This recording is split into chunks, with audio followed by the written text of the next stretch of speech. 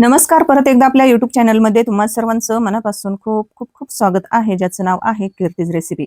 तर आज मी तुम्हाला अळूच्या पानामध्ये खिसलेला एक बटाटा घालून आगळा वेगळ्या चवीचा भन्नाट असा पोटभरीचा नाश्ता बनवून दाखवणार आहे. रेसिपी खूपच सोपी आहे, झटपट बनणारी आहे आणि आगळी वेगळी अशी नवीन रेसिपी मी खास तुमच्यासाठी घेऊन आलेली आहे. तर त्यासाठी आपल्याला इथं सुरुवातीला काय करायचं आहे, इथं अळूची पाने घ्यायची आहेत. तर इथं मी जवळपास 8 ते 10 अळूची पानं घेतलेली आहेत. ती स्वच्छ धुवून घेतलेली आहेत आणि त्याच्यामध्ये घालायचं आहे आपल्याला एक किसलेलं बटाटं. आता इथं एक मी बटाटा घेतलेला आहे. त्याचं वरचं साल्ट छेलून काढायचं आणि तो बटाटा खिसणीने आपल्याला किसून घ्यायचा आहे. आता पाण्यामध्ये आपल्याला तो खिस चांगला 1-2 पाण्याने धुवायचा आहे. त्याच्यामध्ये कसं भरपूर असं बटाट्यामध्ये स्टार्च असतो. तर त्याच्यासाठी आपल्याला तो पाण्यातच बटाटा खिसलेला ठेवायचा आहे. आता इथं आपल्याला मिक्सरचं भांडं घ्यायचं आहे. त्याच्यामध्ये आपल्याला घ्यायच्या आहेत हिरव्या मिरच्या, नंतर 15-20 लसणाच्या पाकळ्या घालायच्या आहेत. नंतर घ्यायचा आहे 1 इंच आल्याचा तुकडा. तर आज आपण चटपटीत असा आगळा वेगळा नाश्त्याचा आणि पोटभरीचा नाश्ता बनवणार आहोत. नंतर त्याच्यामध्ये 1 चमचा जिरे घालायचे आहेत. नंतर 1 चमचा ओवा घालायचा आहे आणि चवीनुसार मीठ घालायचं आहे.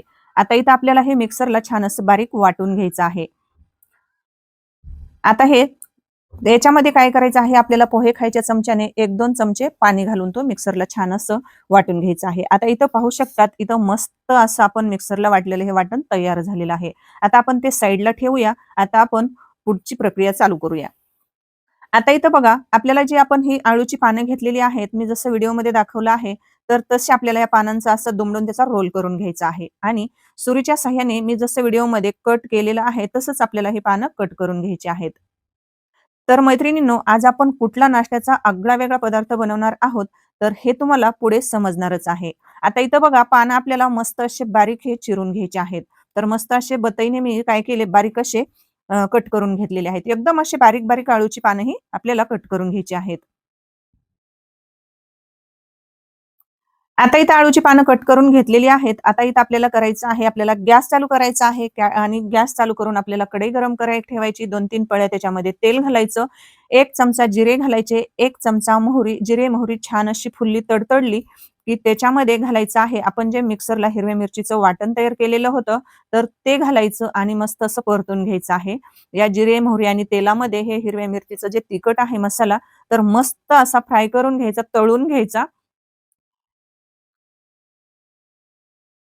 तुम्ही एकदा या पद्धतीने नक्कीच हा नाश्ता बनवून बघा. तर अगदी असा आगळा-वेगळा आणि झटपट बनणारा हा चविष्ट असा पदार्थ आहे. याच्यामध्ये नंतर घालायची आहे आपल्याला अर्धा चमचा हळद घालायची.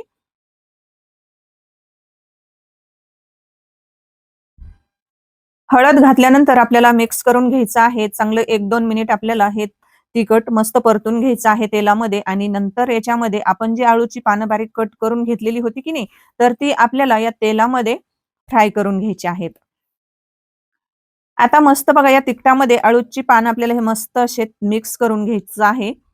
1-2 मिनिट मस्त असं मिक्स करून घ्यायचं तेलामध्ये आणि या तिखटामध्ये फ्राय करून घ्यायचं आणि चांगलं मिक्स करून घेतल्यानंतर याच्यामध्ये घालायचं आहे आपल्याला जे आपण एक बटाटा खिसून घेतलेलं होतं की नाही, तर ते बघा मस्त 2-3 पाण्याने धुवून घेतलेलं आहे आणि ते आता याच्यामध्ये घालायचं आहे.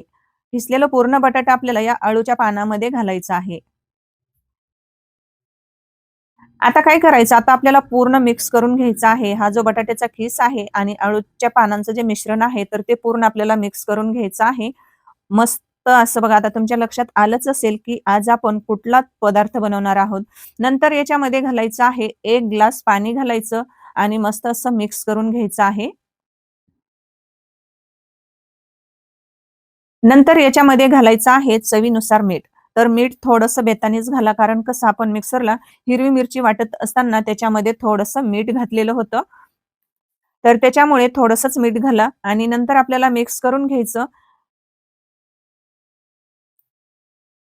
आता इथं पाहू शकतात या मिश्रणाला मस्त दणदणीत अशी उकळी आलेली आहे आणि आता बघा मस्त अशी उकळी आली, की याच्यामध्ये घालायचं आहे आपल्याला बेसन पीठ.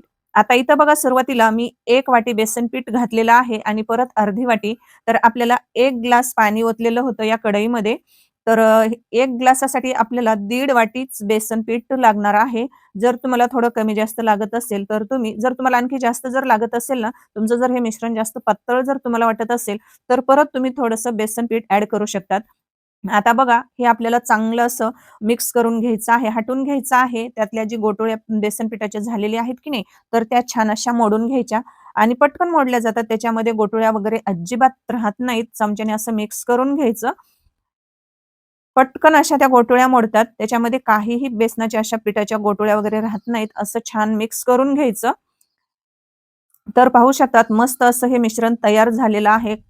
घरामध्ये असा म्हणजे काय खमंग असा म्हणजे स्वाद येत आहे, मस्त सुटलेला आहे.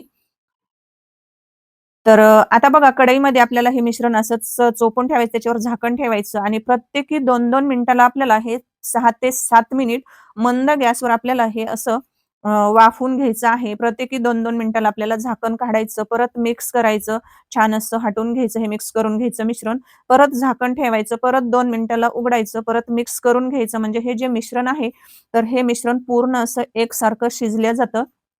आणि जो आपण पदार्थ बनवणार आहोत, तर तो खायला खूप टेस्टी आणि खमंग आणि स्वादिष्ट भन्नाट असा लागतो. तर परत आपल्याला हे झाकण ठेवायचं आणि परत आपल्याला 2 मिनिटांनी उघडून परत आपल्याला हे मस्त असं मिक्स करून घ्यायचं आहे. काय खमंग असा स्वाद सुटलेला आहे, घरात दरवळत आहे. तर एकदा तुम्ही नक्कीच हा पदार्थ बनवून बघा.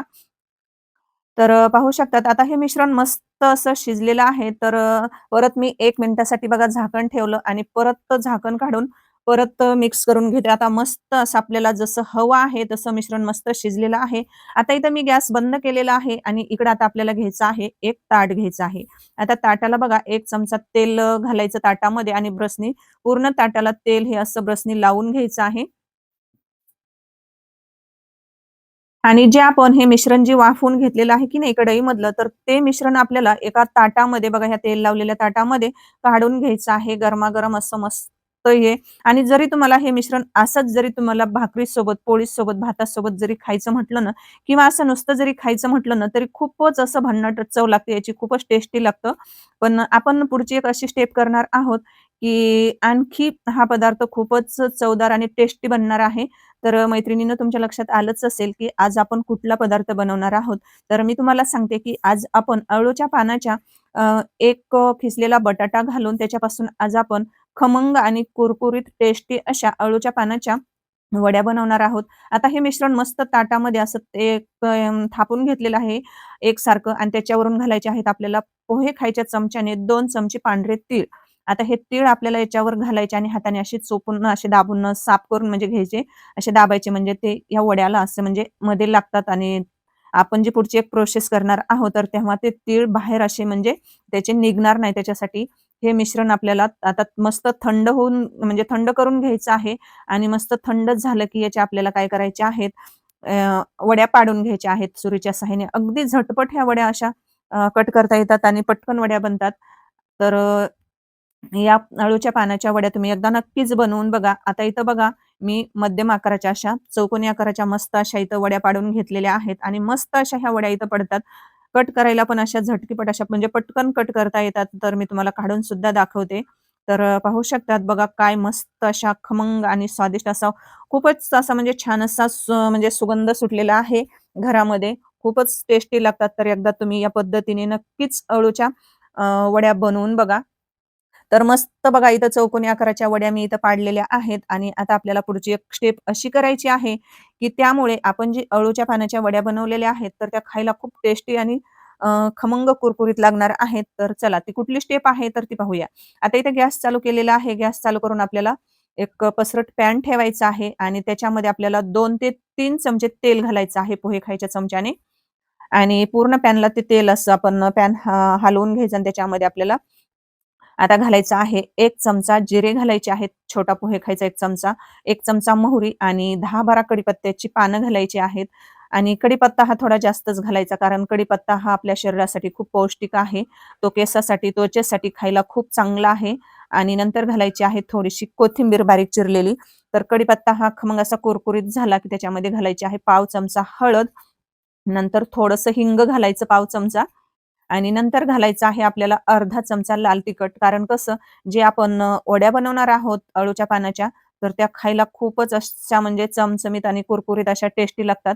आणि नंतर ज्या आपण ह्या वड्या ज्या आपण कट करून घेतलेल्या आहेत, तर त्या वड्या आपल्याला या पॅनमध्ये, या फोडणीमध्ये अशा घालायच्या आहेत आणि 2-3 मिनिटांनी आपल्याला त्या काय करायच्या आहेत, अशा पलटी करून घ्यायच्या आहेत आणि मध्यम गॅसवर आपल्याला ह्या जवळपास 4 ते 5 मिनिट खमंग अशा भाजून घ्यायच्या आहेत. तर नक्कीच तुम्ही एकदा या पद्धतीने अळूच्या पानाच्या वड्या बनवून बघा. आपण अळूच्या पानांच्या वेगवेगळ्या पद्धतीने पदार्थ बनवून खातच असतो. तर अळू वडी वेगळ्या पद्धतीने बनवतो. अळूच्या पानांची म्हणजे अशा आपण अळू वड्या काही तळतो किंवा काही असं आपण तेलामध्ये असे पिठात भरून आपण त्या भाजतो. तर या पद्धतीने तुम्ही अळू वडी एकदा नक्कीच बनवून बघा आणि आहे की नाही मैत्रिणींनो रेसिपी सोपी आणि झटपट बनणारी, खायला खूप टेस्टी आहे, जास्त तेलकट न होणारी. तर एकदा तुम्ही नक्कीच बनवून बघा. इथं आपल्या अळू वड्या पूर्ण भाजून तयार झालेल्या आहेत. आणि आजची रेसिपी तुम्हाला कशी वाटली मला नक्कीच कमेंट करून सांगा. रेसिपी जर आवडली असेल ना, तर प्लीज एक लाईक करा, शेअर करा. जास्तीत जास्त मित्र, मैत्रिणी, नातेवाईकांना ही रेसिपी शेअर करा आणि तुम्ही माझ्या रेसिपी कुठून पाहतात तर मला नक्कीच कमेंटमध्ये कळवायला विसरू नका. भेटूयात अशाच एका छानशा आणि सोप्या रेसिपीमध्ये. तोपर्यंत स्वस्त खा आणि